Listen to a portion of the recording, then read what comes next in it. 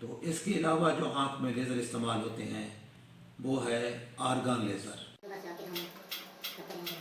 जी जी। Argon laser जो है वो आम तौर पर इस्तेमाल होता है जैसे कि शुगर के मरीज़ों में पर्दे के ऊपर, आँख के पर्दे के ऊपर, रेटिना के ऊपर लीकिंग हो जाती है, ब्लड वेसल्स के नए नए गुच्छे बन जाते हैं, तो उनमें इस्तेमाल होती है आर्गन लेज़र। तो आर्गन लेज़र जो है ये एक मशीन है, इसके साथ अटैच करके मशीन मरीज़ को यहाँ बिठाकर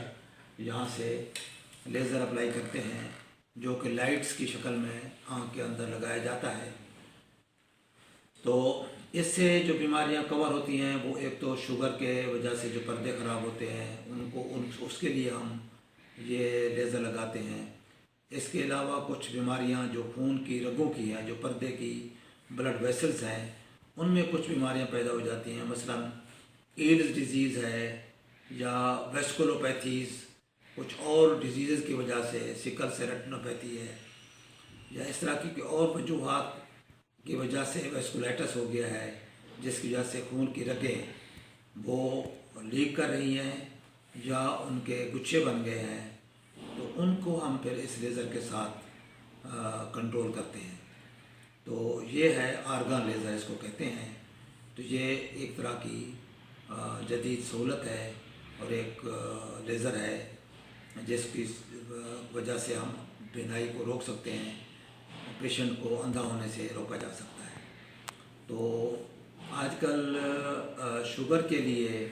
आर्गन लेज़र के अलावा इंजेक्शन भी लगाए जाते हैं, वो भी काफ़ी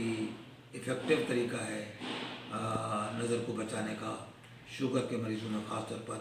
या वेस्कुलोपैथीज़ में जो खून की रगों की बीमारियां हैं आँख में, उसके लिए भी इंजेक्शन का इस्तेमाल हो रहा है,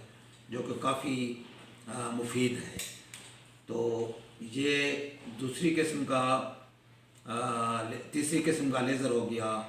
आर्गन लेज़र, जिसे हम मुख्तलिफ़ बीमारियों में इस्तेमाल करके और उससे हम अंधेपन को रोक सकते हैं। तो उम्मीद है कि आप ये चीज़ें आपको मुफीद लगी होंगी, और मैं उम्मीद करता हूँ कि अगर इस तरह के कोई आपके दोस्त अहबाब या इस तरह के अगर कोई लोग हैं, और ख़ास तौर पर शुगर के मरीज़ जो हैं, उनको ज़रूर चेकअप करवाएं, क्योंकि आँख के पर्दे बाज़ ख़राब हो रहे होते हैं, और अगर उनको बर वक्त उसका इलाज किया जाए लेज़र के साथ या इंजेक्शन की लगवा लिए जाएँ, तो उससे पर्दे ख़राब होने से बच जाते हैं और बीनाई ज़ाय होने से बच जाती है। अस्सलाम वालेकुम वरहमतुल्लाह।